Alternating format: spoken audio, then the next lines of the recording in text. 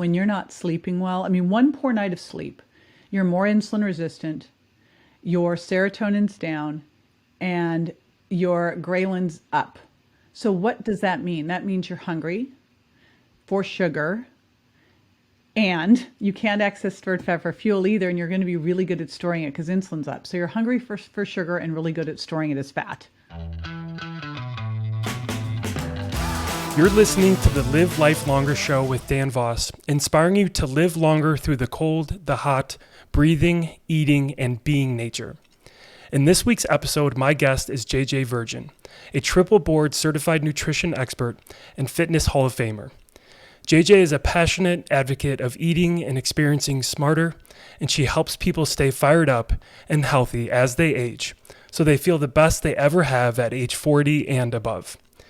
JJ is a prominent TV and media personality whose previous features include co-host of TLC's Freaky Eaters, 2 years as the on-camera nutritionist for weight loss challenges on Dr. Phil, and numerous appearances on PBS, Dr. Oz, Rachel Ray, Access Hollywood, and The Today Show. She also speaks regularly and has shared the stage with notables including Seth Godin, Lisa Nichols, Gary Vaynerchuk, Dr. Mark Hyman, Dan Buettner, and Mary Morrissey.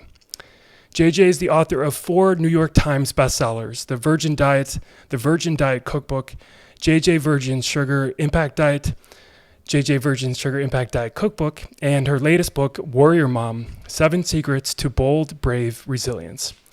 JJ also hosts the popular Ask the Health Expert podcast with over 8 million downloads and growing.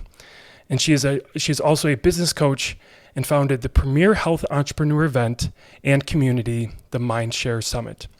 Visit jjvirgin.com for hundreds of free recipes and resources, plus state-of-the-art programs, products, and plenty of support to help you build your dream life.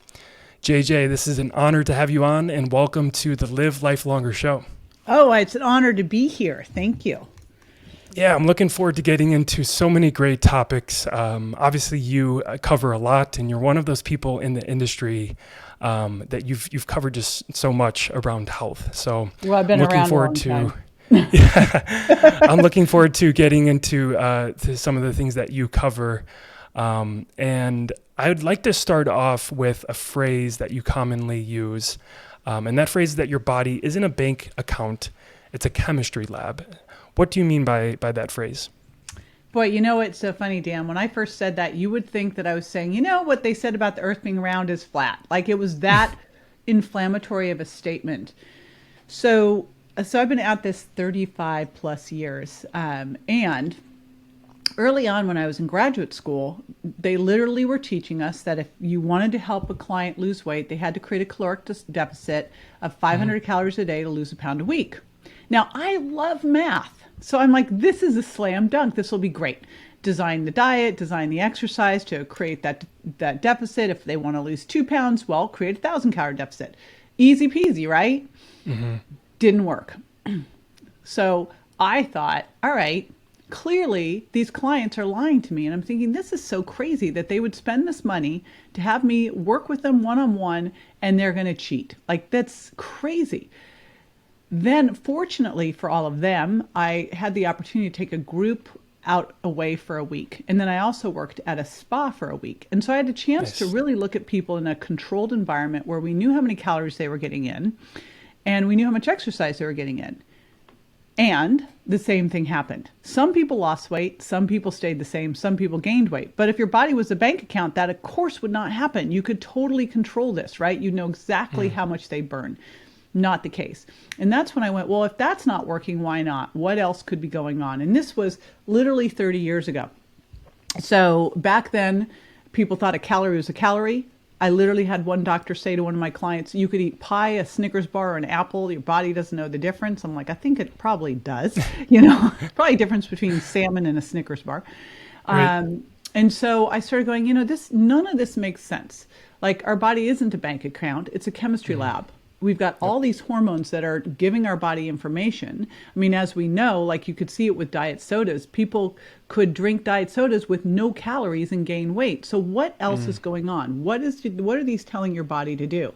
And I realized beyond just food being information, and the macronutrient ratios and things like artificial sweeteners could dramatically shift your body's ability to either burn fat or store it, right? That it wasn't just that. It was also your sleep. It was also your exercise and the type of exercise. Yep. It was also, stress levels and toxins and your gut microbiome. In fact, I had a course that I taught for years. When I was on Dr. Phil, there was a chapter in his book called Weight Loss Resistance. Well, on Dr. Phil's show, we were helping people eat 6 meals a day, low calorie, low fat. And I'm like, okay, I want to be on the show, but I also can't do that. So what I did was I was like, there's a chapter in the book, Weight Loss Resistance. I go, listen, that might work for other people, but you've got weight loss resistance. So what we're going to do is get rid of the snacks, 3 meals, up your fat, lower your carbs, right? Yep. And I started really looking at what are all of the things that could affect that chemistry lab. Again, things like stress and sleep. Sex hormones, what's going on with estrogen, progesterone, testosterone? What about blood sugar and insulin? What about your genetics? What about your gut microbiome or food intolerances or, candida or just having a big bad bacterial overgrowth going on here? And so I started messing with all of that stuff. And man, it's crazy. I mean, nowadays we know all of this. We know that artificial sweeteners cause weight gain. Right? We know that even going into a bakery and smelling the smells can cause an insulin response. But back then, I was crazy. Yeah. It's remarkable how much we've learned over the years. But it's also stuff that if you really dig deep, it's basic stuff. Before our recording, we were talking about that, how we need to get back into some of the basics. And I think we've steered away from that over the decades. And what is promising is it seems like over the last several years, we're starting to get back into some of those basics around nutrition. Exactly. And then even Don't getting you feel in like a lot of this really started to go down, and you're too young to remember this, but I remember in the early 80s, I was working personal training people out of the Pritikin Center in Santa Monica, and there was a huge divide between two researchers.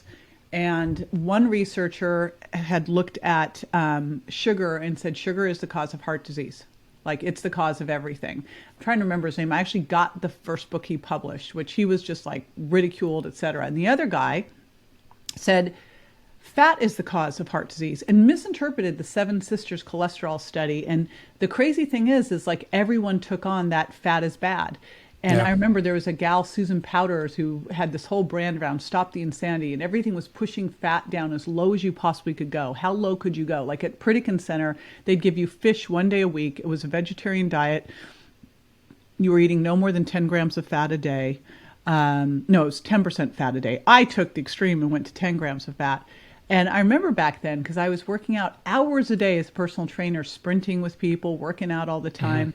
I was following a low-fat, vegetarian and then finally vegan diet. I had body fat. My body fat was 25%. Now it sits between 12 and 13%. Yep. Okay. So I mean, and I was working out like a fiend, but I was starving all the time, living on carbs, cutting my fat. It just flat out didn't. But so many people fell for that, and then they did metabolic damage. I remember another person saying, "Oh, going on diets doesn't hurt your metabolism." I'm like, of course it changes. Like, if you go on a super caloric restrictive diet over a long period of time, you're absolutely going to lose mass and lower your thyroid function and drop your metabolism. Of course it's going to impact you. Right. Yeah. It really makes no sense. The low fat fad that we lived through, we look back at it now and it's just like, what were we thinking? And even to your point of eating 6 meals a day, it really wasn't that long ago. It still exists in some diets. It still exists. Yeah. Right. Yeah. It's really backwards. Yeah. Like Ian, what is his last name? Ian Smith, Dr. Ian Smith, diet books, those Shred and Shred Harder, they were all 6 meals a day. And I remember reading his book and I thought, oh my gosh, he said, diet sodas aren't the problem. It's what you eat with the diet soda. I go, no, it's the diet soda. Recommending pretzels, chocolate covered strawberries and pretzels before bed with a diet soda. I'm like, well, that's the other thing with sugar. And we can get into this further here. There's a real issue, in my opinion, around the idea of eating sugar early on in life. I mean, it's something that we're giving to our kids through candy, cookies, cake, and it's not just, once a year at their birthday party anymore. Now it's just like constant. Their snacks. It's just filled in our children's diet, and we're training them at a very young age to grow into this addiction, and then they're carrying those habits throughout life. Right. Which is scary. Creating little addicts. I was at a nutrition conference, and I remember this line that this dietitian said, and I go, that's the greatest line. I wish I could credit her. But she said, exposure equals preference. Something we know about a sweet tooth is there's really 3 different ways you have a sweet tooth. One is genetics, and there are people who have a sweet tasting, sweet tooth gene, and the more sweet they eat, the more they want. So there is that. But I believe the bigger one is this exposure equals preference, that you are training yourself to want sugar. And then not only it's like the more you eat, the more you want, but you start to then change your hormone response so that your body can't use stored fat for fuel. You've got elevated insulin, and you start to have that in order to keep your energy going. And then, of course, there's things like the shift in your gut microbiome, potential candida. Those things can make you crave sugar too, and stress, right? So you've got the gut microbiome and stress. I mean, people under chronic stress are going to crave sugar. It's just part of that pathway of lowering your serotonin, of messing up your sleep, of having to feel like you're running from the tigers and needing the quick energy. So we've really set up a lifestyle. You start with little kids, you mess up their metabolism, you create their taste buds, you wake them up to sugar. We're hardwired to seek out sugar and fat so we can survive the non-existent famines. And then you add that with stress and mess up your gut microbiome. And it's no wonder, I think it's something like at the beginning of the 19th century, we had 5 pounds of sugar per person per year in the diet. It's now over 150 pounds. Back then, the obesity rate was it was less than 1/2 of 1%. And now the overweight and obesity is almost 70%, with more people being obese than overweight. I mean, that's just, it's obscene, Yeah, it's scary. It's scary, especially in the US. I mean, we're just seeing rates go up, and it's just, there obviously needs to be some sort of change, and I'm not sure exactly what that solution is. Obviously it takes each person. It's so endemic. I mean, that's the big problem with it. When I was on Dr. Phil, we tried to take over high school because we were doing weight loss challenges, and we thought, well, this is starting in high school. I mean, reality is it's starting, right from the start with baby formulas, but starting, let's take over high schools.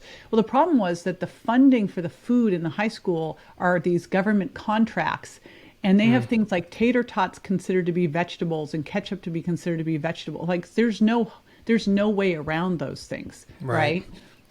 Yeah, it's just fake food at this point. And back to what we were saying earlier, getting back into real food is, I think, the first step. You brought something up really interesting around stress. And this is what I love about health, is that everything is so interconnected. I mean, you talked about stress and sleep.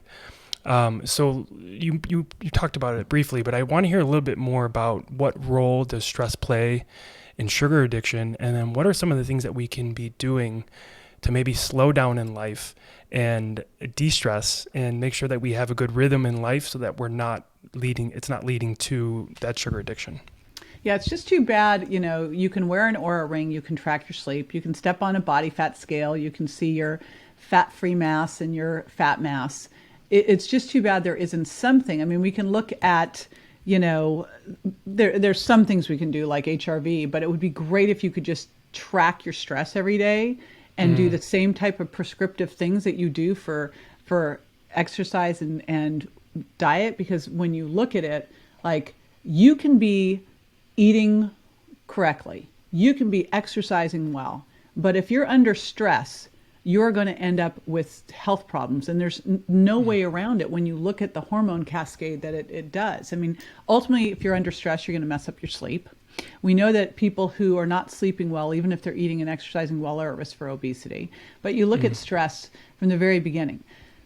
Stress is going to mess up your hormones, right? I mean, the first thing Mother Nature says when you're under stress is it is not time to make a baby, man or woman. So you start to see Women with period dysregulations, they start to get PMS. They go into early menopause. You see men going into early andropause. Like men should start to see their testosterone lower at age 57. All of a sudden it's happening in their 40s. Like what the heck is going on? Then you start to see what happens in the gut. The gut becomes leaky. It's one of the biggest causes of food intolerances is stress, because the gut becomes more permeable than it should be, lets things out that shouldn't be out there, so your body launches an immune attack. So there's that. It also disrupts your gut microbiome. It lowers your stomach acid. So now all of a sudden your stomach can't really defend itself against some of the stuff going in there. You have a higher risk for things like candida, small intestinal bacterial overgrowth, all of those issues. You're not absorbing your nutrients as well because your gut microbiome's gotten disrupted. So there's that problem. It starts to impact your serotonin, which then impacts your melatonin, which not only is important for mood and sleep, but also important for anti-aging. I mean, and when you look at sleep, that's where you raise your growth hormone, right? So super important. And those are just, and of course, what happens when you've got elevated cortisol? It's laying down more belly fat. It's also pumping up, breaking down your muscle. It's making you catabolic and not in a good way. It's breaking down muscle, which is aging you. It's shortening the end caps of your genes, right? It's shortening your telomeres. It's showing that you're aging. And because of that breaking down of the muscle, dropping sugar into the bloodstream, it's raising insulin, so it can make you insulin resistant. So you look at this and you go, okay, all the things I'm trying to do, eat well to keep my blood sugar balanced. One of the most interesting things when I was studying this early on, and there was no information on it, but this is what I saw, and I'm like, this is really interesting. I'd see people who are eating correctly and exercising well, and they'd run their lab tests, and they do a fasting glucose, fasting insulin, hemoglobin A1C, triglycerides, HDL, everything. Their triglycerides would be amazing, like 50, right? So you knew that their diet had to be good. But their fasting glucose was like 95 or 100. And their hemoglobin A1C was like 5.7. You're like, this doesn't make sense. Why is your blood sugar so elevated when your diet is great? Triglycerides look fine. It's stress.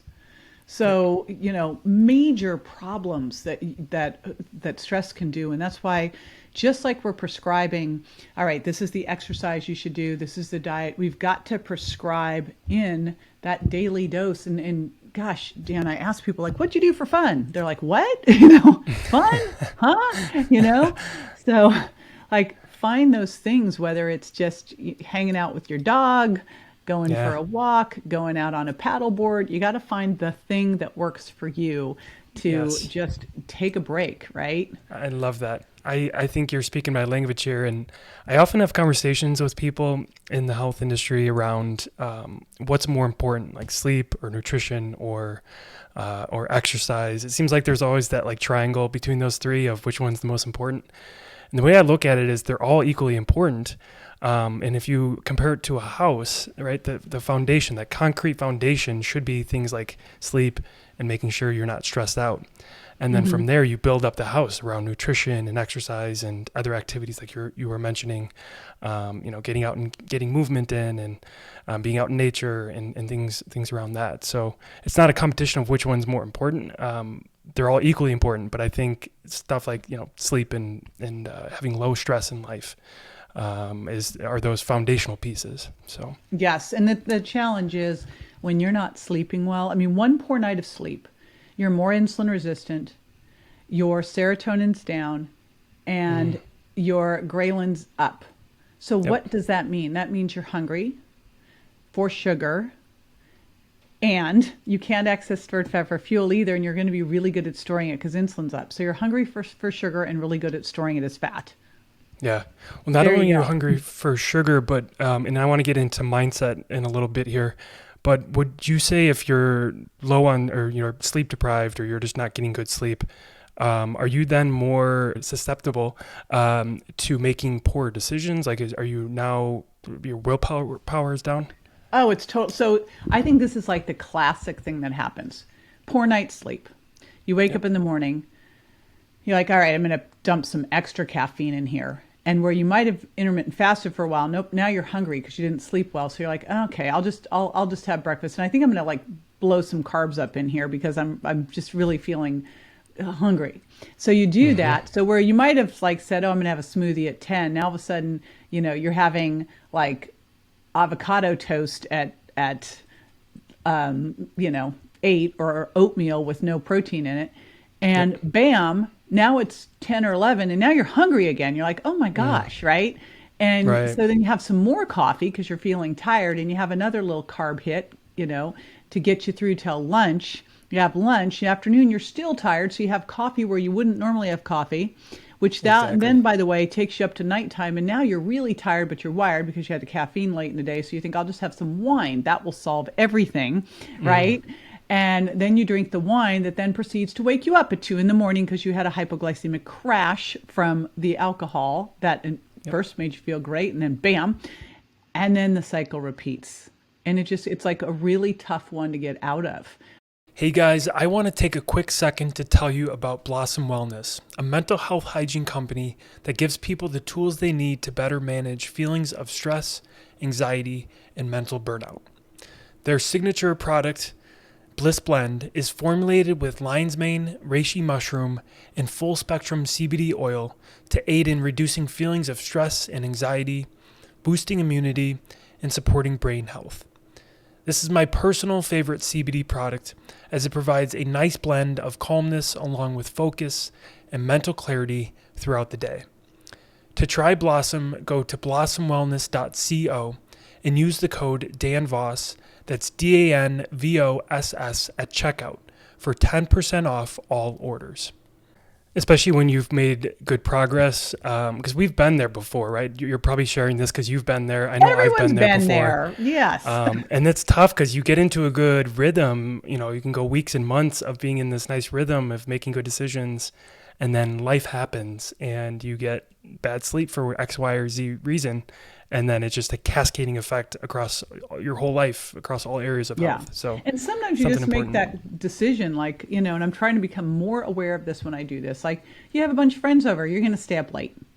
I had a big girlfriend sleepover party with 12 women last weekend. We were like up till 2 a.m. And I just went, all right, we're going to sleep till 10. I'm getting a nap. Like, you just go, okay, right. I know this is going to happen. So what do I need to do to take it easy to get through this one? Exactly. No, that's good. I want to cover the idea of costliness of healthy food. It seems like that a lot of people think in order to eat healthy, it's going to cost them a lot of money. So what are your thoughts around budgeting and spending less or more, and how healthy food can still be affordable? Yeah, I'll tell you how I busted that myth. And I always think when people say that, it's so I don't have to, right? Mm-hmm. And yes, it's going to take a little more time to make your own food. It will. Not much. I think what the pandemic revealed is people have no clue how to cook. But right. It was very interesting. A couple years ago, I kept hearing that and it drove me nuts. So I went to the store, and I went to a typical store. I did not go to like a Whole Foods store.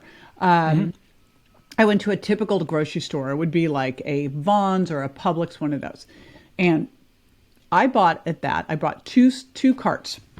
One cart would be if you were following the Virgin Diet, Sugar Impact Diet, what a family of 4 would eat for a week.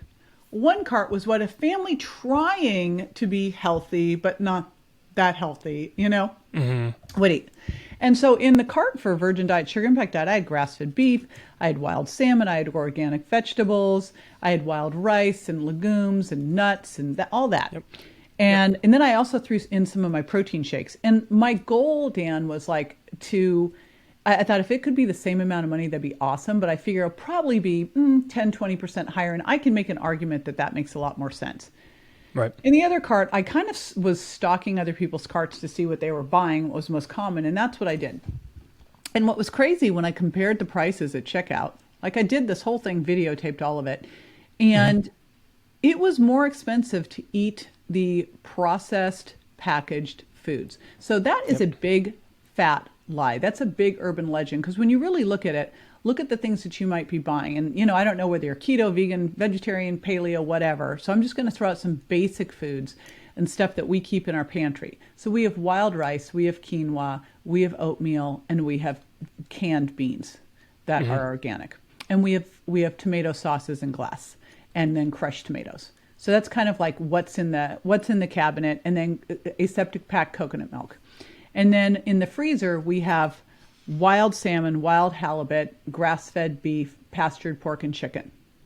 Yep. And then we have frozen cauliflower rice, frozen broccoli rice. Oh, and then we also have some potatoes and sweet potatoes in the pantry. And then in the fridge, we get, fresh vegetables and eggs and fresh fruit. And then we have frozen fruit, avocados, slightly green bananas for smoothies. That is it. And honestly, it takes a little bit of time to prepare, but not much. Basically, every dinner we pull out a protein from the freezer. We either take a fresh vegetable, or if we're haven't been home, we get cauliflower and broccoli rice. We pull out either some squash, potato, quinoa, wild rice, or beans, and we're done. And we use healthy fats. I'm smiling right now because my kitchen sounds very similar to yours. Yeah. And I've actually done the math, and I'm spending about $7 to $8 per meal, maybe $9. And you go to McDonald's and you spend $10 through the drive-thru at least. Way more. And then, by the way, you probably went to Starbucks. You probably bought a muffin, which is a cupcake. You probably bought a latte, which is a shake. So you already, you spent more money doing that and time. And you look at this and go, okay, so we'll make a dinner. We'll make enough protein to have for lunch. Like today I had a salad for lunch and I put the protein from last night's dinner on. This is easy to do. You just got to get into the rhythm and have a really well-stocked freezer, fridge, and pantry. And I think the pandemic showed us it is all about how well you stock your freezer and pantry, right? Right. My husband is the best prepper on the planet, I'll tell you. Yeah, that's nice. Well, that's a big piece, I think, is the prep work. And I think that's where a lot of people fall into that trap, maybe, especially in the US, where we're out on the road, we're traveling, we're going from meeting to meeting, or you're just, you're picking up the kids and you have this and that, you're running late, and then it's real easy to stop and get fast food or go to Starbucks or, you're going to the grocery store, pick up a frozen pizza. I think that's the big piece there is that prep work. And sure, it might take another hour or two out of your week, but boy, is it going to make a huge difference. But that's out of your week. And I mean, honestly, most of us can get grocery delivery at this point. It's just, you can find things on sale, stock up. It's, I don't. There's really no excuse. There really isn't. There's no excuse anymore. And it's really not that expensive. And pull out your crock pot. And we had last night for dinner, we had some soup we'd made in the crock pot that we'd frozen half of. It was easy. It's great. Yeah, I love that. I love my crock pot. It definitely saves a lot of time and makes life a lot easier. So I want to talk a little bit more about your sugar impact diet. Walk us through what that is, how does it work, and how is it different from any other program? So when I wrote the Virgin Diet, which was when the Virgin Diet initially was being done, it was done online before it became a book. And there were 6 foods to begin with. It wasn't drop 7 foods, lose 7 pounds, just 7 days. It was 6 foods. Because they were the foods that most often you had an intolerance to that was creating an immune response. So gluten, dairy, eggs, corn, soy, peanuts. And then I realized that if I didn't pull sugar out, which totally messes the gut microbiome and makes it more permeable, so you get food intolerance, that if I didn't pull it out, and I didn't think about this, Dan, because I'm not a big sugar eater, I ate a little dark chocolate sweetened with stevia. That's about it. Sure. But boy, I didn't realize how many people are big sugar eaters. And so I didn't pull sugar out at first, and people were ODing on sugar. So when I published the Virgin Diet, it was drop 7 foods, and I added in sugar and artificial sweeteners. Well, I don't think it's that big of a deal, so I don't spend a whole lot of time in the book about it. I'm just, don't eat foods with added sugar and don't add sugar, right? Sure. Well, that caused this whole I can't quit the sugar. I can do everything else, and I'll have honey because it's not sugar, and all this stuff. And I went, all right, this is clearly its own book. And so when I wrote the Sugar Impact Diet, first thing that I did was I started to look on the shelf at all the other sugar books because I had a couple things that I was thinking of.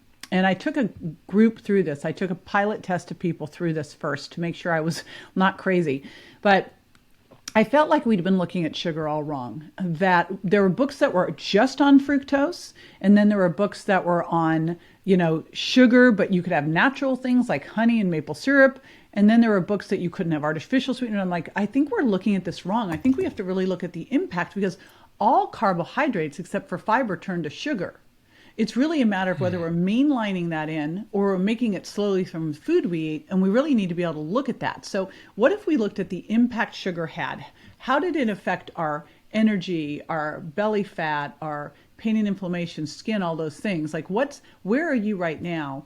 And then looking at sugar in terms of how much does it raise blood sugar? Now, this is where we got in trouble before with sugar, because fructose doesn't raise blood sugar, so it looks awesome, except it's a nightmare. It's the worst of all. So I'm like, we got to go past the glycemic index. I knew there had been something out there called the insulin index, so I was like, all right, let's look at not just how much does something affect your glycemic index, raise blood sugar, but also what is it doing to your insulin? Because that's where things like, artificial sweeteners and fructose are going to come into play. But then let's also look at why we eat food, like what's going on with fiber content and phytonutrients, like how many nutrients are in this? Because, there's a big difference between eating an apple and having apple juice, right? Right. It's the amount of fiber in there versus no fiber. You just turned it into a soda. So that's what I set out to do with that book, was to really change the way that we look at sugar and how it impacts us. But I also knew that the way we were approaching this was all wrong. And, this is a very different type of addiction. It is the number one addiction in the world, let's be honest, right? And if we called it that, we wouldn't be shoving all this crap into our kids at school. Like, I remember I got a call from school, and my kid was one of my sons was in elementary school, and they said, come pick up your son, he's climbing the walls. And I go, well, why? What happened? And they said, well, we gave him a pound bag of M&Ms because he won a contest. I go, you gave like a 7-year-old a pound bag of M&Ms? Like, and you keep them. And now they, I was going to say, now they call you and now it's your problem. I'm like, I'm out, man. Right? You did that. Yeah. So, wow. You look at this and go, it's really clear what happens when you do that stuff, right? But I also knew that if this is an addiction, you look at things like, I lived in Palm Springs for years, right near the Betty Ford Clinic. And when you take someone cold turkey off of something, you have to be supervised. You have all these things you have to do, like, right? So that, the thing is, we can't take someone off this cold turkey, because at the point they're on all of this sugar, and so many people are eating so much more sugar than they ever realized, because they don't realize all the crazy places it's sneaking in. They think that they went to Starbucks and they had a skinny latte and a healthy morning muffin, not realizing that the skinny latte had skim milk, which is big sugar hit, and then they had the muffin that had more sugar grams than a Hostess cupcake, besides all the carbs. So I mean, we're getting all the sugar in our light salad dressings and our marinara sauces, and even things like the grass-fed steak you ate at the restaurant where they put the wheat flour on top of it. It's all over. And if you just go cold turkey, if you've been eating that way and falling into the crazy dieting idea that we should eat every couple hours so that we don't let our blood sugar fall, I'm like, we keep our blood sugar balanced. I know, no, we keep our blood sugar up. That's not good. That's sticky. Right. So, when you look at that and go, okay, people are used to eating all throughout the day. They've been taught that snacking's good. They've been taught that they should eat these little carb hits. They've trained their body to be a sugar burner, not a fat burner. You can tell if you're that type of person because you can't go more than a couple hours between meals. You get shaky, you get mad. You can't lose weight off your waist. When you lose weight, your arms and legs get thinner, but your waist stays the same, which is really bad because you've totally hijacked your blood sugar. You become insulin resistant, and with higher insulin, your body can't burn off stored fat for fuel. So if you take someone like that and say, hey, we're cutting all that stuff out, have fun, they will be in a terrible shape. You don't need to do that. What you want to do is, instead of going cold turkey, you want to taper it down. First, by creating awareness of what is this doing to me. I always start with an assessment. And then I do a sneaky sugar inventory so they can really identify, hey, that, sun-dried tomato thing that you're doing, like a little bit's fine, but if you're hijacking a ton of that and then caramelizing your Brussels sprouts with a load of balsamic vinegar, you're turning everything into a sundae. That salad you had with dried fruit and glazed walnuts, like with raspberry vinaigrette, that's a sundae too.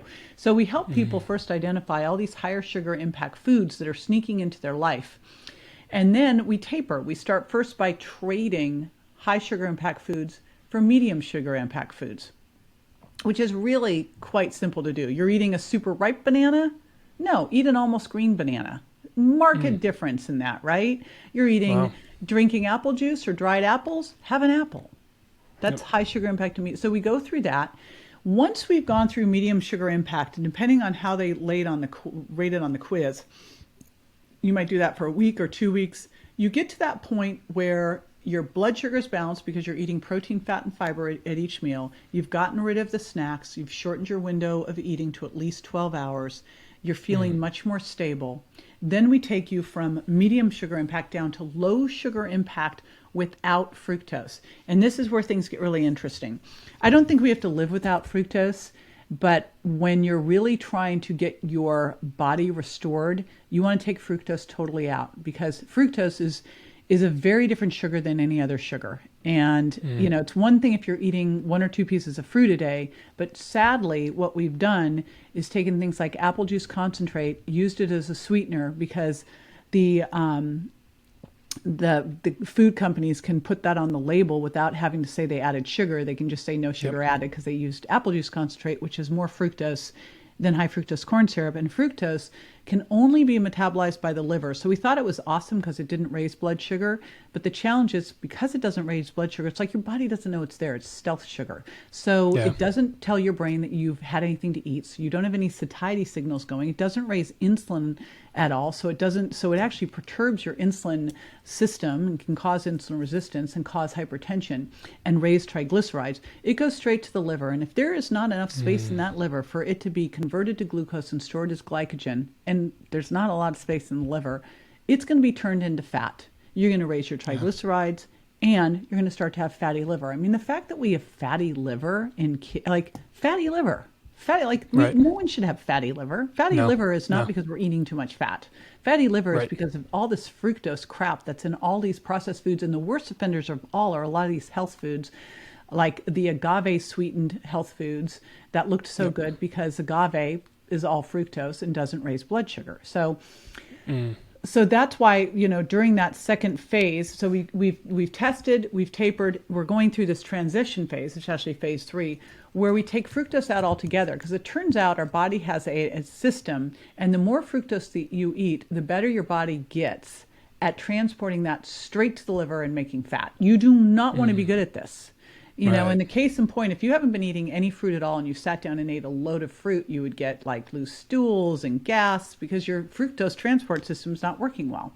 If you can eat a lot of fruit with no problems, that's a problem, right? Yeah. We should have 1 or 2 servings of fruit a day. Weight Watchers created hell for everybody by saying fruit's free food. It's not free food. Right. It's sugar.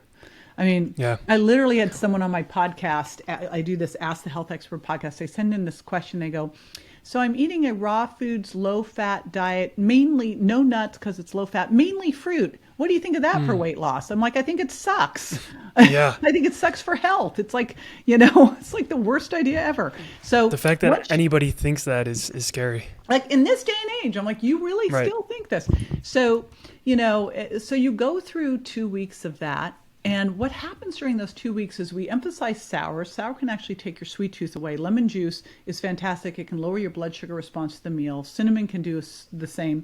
So we use vinegar. Vinegar can work like metformin to help with insulin receptor resensitization. Fish oil, same thing. It can help with resensitizing your insulin receptors. So we do all the stuff to help blood sugar balance, get insulin sensitivity back, get fructose out. So that transport system isn't kicked up. Get your taste buds back to appreciating sour and spicy and salty and umami. I never say that right.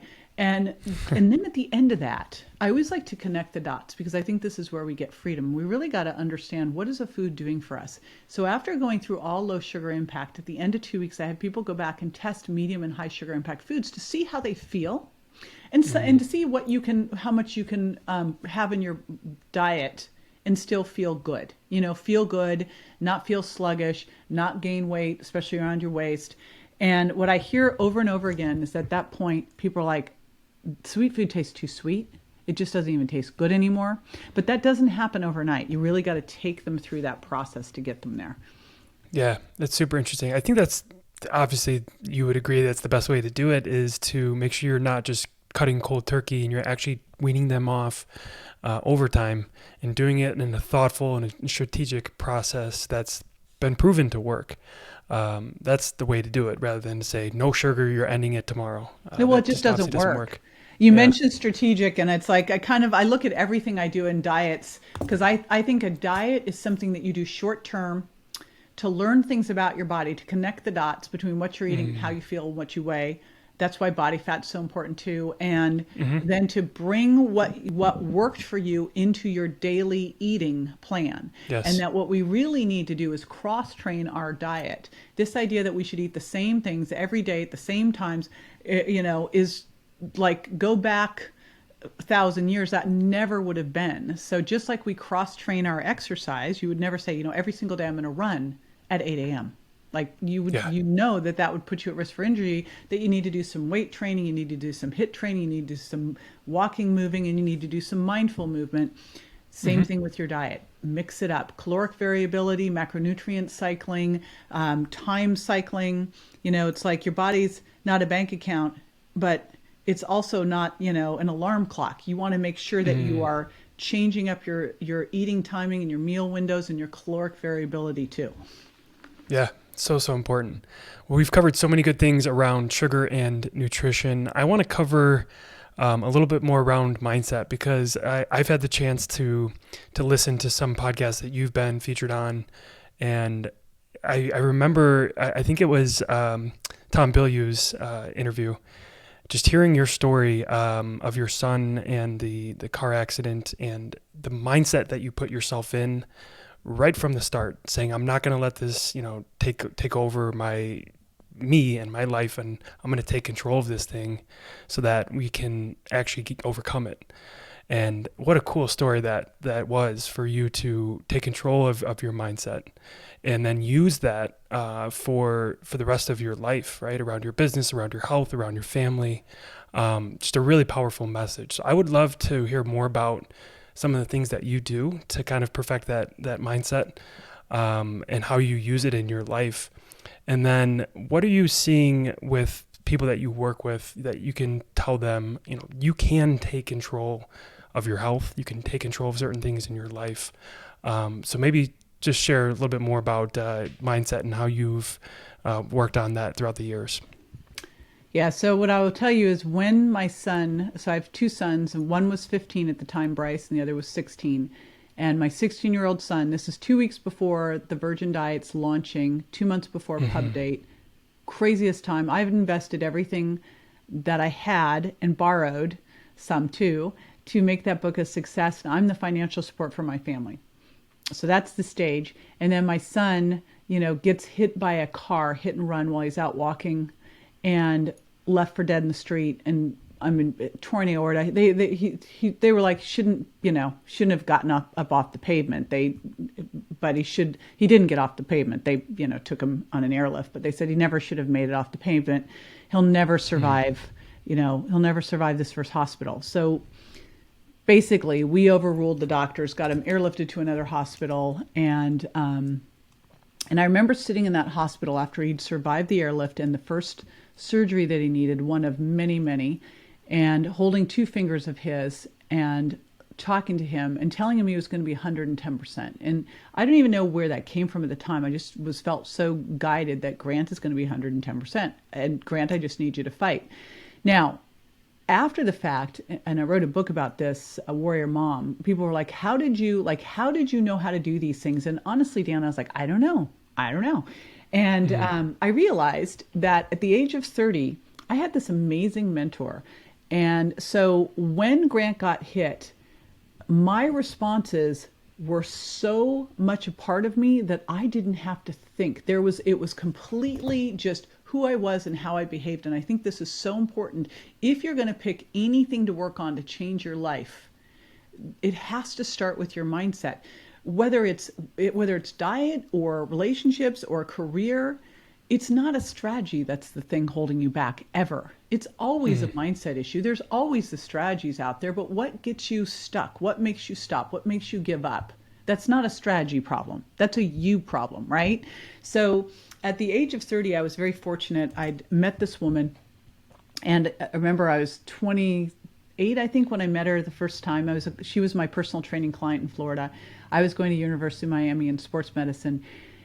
And she said, we were walking down the beach, and she goes, so why are you in grad school? And I go, I want to be able to help more people. She goes, oh, huh, all right. She goes, what are you going to do when you graduate? I said, oh, I'm going to go to doctoral school. She's like, oh, huh, why? And I go, because I want to help more people. She goes, you don't need to go to school to help more people. And it was so much how I'd always been trained was like, you just get more education. You get more education, get more education.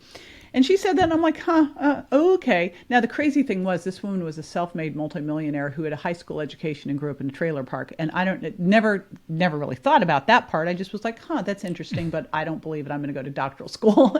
So right. Fast forward 2 years, I'm 30. I'm in doctoral school at USC, exercise, phys, nutrition, and aging. I get a little box. And it's a box from an MLM company, New Skin, who'd launched a nutrition program. And it talked about trading time for money and how you make impact. And a light bulb went off in my head. And I literally sold my personal training business, dropped out of my PhD program, gave away all my stuff, got in my car, drove to Florida, Wow. moved in with her. And what was so interesting was, and yes, I am impulsive. And, but I just was led. And, it's interesting. You look and you go, those pivotal moments in your life that changed the complete trajectory of not only your life, but so many people's lives. And that was it, where she taught me over 6 months. Here I was, I thought I was moving in. I was going to learn how to be successful in business. And the first thing she did was put rubber bands around my wrist. And she said, every time you have a limiting belief, snap your wrist. And I thought, I have just dropped out of my PhD program, sold my business, got rid of all my stuff, and moved across the country, and I'm putting rubber bands on my wrist, and I need to not be so impulsive. What was I thinking? I was like, I can't believe I did this to myself. Sure. But I'm there, so I put the rubber bands on, and boy, it's amazing if these are left unchecked, how many limiting beliefs that we have, how much judgment, how much criticism, especially harsh self-criticism. So I was snapping my wrist quite a lot. It was pretty red. And, so we did that. Then she had me start back then. I was using a Sony Walkman with audio cassette tapes from Nightingale Conant, and I was listening to everybody, Wayne Dyer and Og Mandino and Les Brown, all the greats, Brian Tracy. And she just started teaching me that the only limitations are the limitations in your mind, that there is no right or wrong, there just is, that you need to listen, truly listen. And as she started to say all this stuff, I remember thinking, well, of course there's limitations, right? Well, of course there's right or wrong. I guess she would say this stuff, and I'm like, there are no victims, only volunteers. I'm like, of course there's victims, but you're around it enough, and you are the average of the 5 people you hang out with, right? So she had me around all of her people. Everyone was like this. Hey, you're around it long enough, that's what you become too. And so it was everything you hear about in The Secret Law of Attraction. I was full body immersed into all of this for 6 months, and then for years after. And so it was a point that I didn't think about anymore. It just is who I am. And when my son got hit and the doctor told us we needed to let him die, my son Bryce was exactly the same way. So was my ex-husband, because they'd all been around me. Bryce was like, the doctor said there was a 0.25% chance he'd make it. And Bryce said, we'll take those odds. It's not zero. And that's what we did. And all 3 of us, we were like, he's going to be 110%. What do we got to do? We never looked at the 99.75. We stuff would show up in the hospital. There was not really much along the way, Dan, that was like, oh, he's going to be great. No. I mean, it was one thing after the next. The neurosurgeon saying, we don't think he'll ever wake up. The orthopedic surgeon saying, we don't think he'll ever walk. One thing after the next. I was like, I'm not going to believe you. My ex-husband tells Grant, you have our permission to prove every single doctor wrong. And, it's been 8.5 years. Gosh, coming up, 8.5 years. He is better than before the accident. He has proved them all wrong. I wish more of them would ask, what did you do? But beyond all the things that we did, from stem cells to hyperbaric to neurofeedback to high-dose fish oil to progesterone, beyond all that, I believe that, and I know it for a fact, if that first night we hadn't said, it's not zero, we'll take those odds, that would have been it. And most people, I think, would say, oh, okay, right? I was things going, gosh, how do I tell people that they have a choice, that they can fight, and that even if he wasn't going to make it, at least I know we did everything that we could possibly. But I believe that we so saw him healed and better than before the accident. You have to see it in your mind's eye, right? First, everything's created twice, and you have to see it there to believe it. And we were so entrenched in that we just took every step forward to make it happen. And it was a very crooked path to success. There were definitely times along the way when I'm like, but I had people to call on during those times, and, you just keep pushing forward. Wow. I've heard you share that story, like I said, on different podcasts that I've listened to, but there's something about hearing it right now in the moment that is hitting a different chord with me right now, an emotional chord. And I think, going back to what you were saying with the wristband activity, it's amazing how much we say horrible things to ourselves. And, I've heard different people, I think I've come across it on social media, that if we had somebody in our life that talked to us the way that we talk to ourselves, we would never keep them around as a friend or anybody in any kind of relationship. And I think what you're getting at there is it's so important to pay attention, be aware of how we treat ourselves and the limiting beliefs that we have, and shift that, right? It's just about deciding, I'm going to do this. And once you make that decision, that's it. Yep. That's all it takes. And it just starts first with, you've got to be like, there's so much stuff you're not even aware of. It's like the fish. It's true. The fish doesn't know it's in water, right? Right. Exactly. Yeah. I mean, I think, as you mentioned, you did all those different things to get to your son to the point that he got to get to 110%. And I love that you said that he's better than he was even before the accident. I think that's probably one of the neatest parts of the whole story. It's super neat. It was interesting, Dan, because we finally at the point where I went, oh my gosh. Like, I actually, 2 weekends ago, we were doing a really cool event with my family, kind of a family healing event. And I went, wow, I don't need to be warrior mom anymore. I can retire that, because there's no more fixing here. He's absolutely, like, there's nothing here to do. Like, okay. So cool. What a powerful message, especially for people that feel like they need a big change in their life. And look, last year and even into 2021, so many people are going through so much change. But I think a lot of us can agree that as bad as 2020 was, there was a lot of good that came from it, a lot of good shakeup and a lot of good growth and development. And I know I personally am better than I was a year and a half ago, right? And it was because I took certain steps in my life to improve my health, improve my relationships, not just with other people, but improving the relationship with myself, I think was the biggest step. So I think that's a really powerful message, a great story, a successful story of your son. Good for him. He probably doesn't get enough of the credit as you talk about it on all kinds of, interviews in media. But good for him and your family for overcoming that. And I'm glad you recognize that, because yes, I could bring the tools. He had to go through all of it. Yeah, exactly. That's probably a forgotten piece often. And trust me, through some of it, that it was like, some of it didn't work. Some of it was just awful.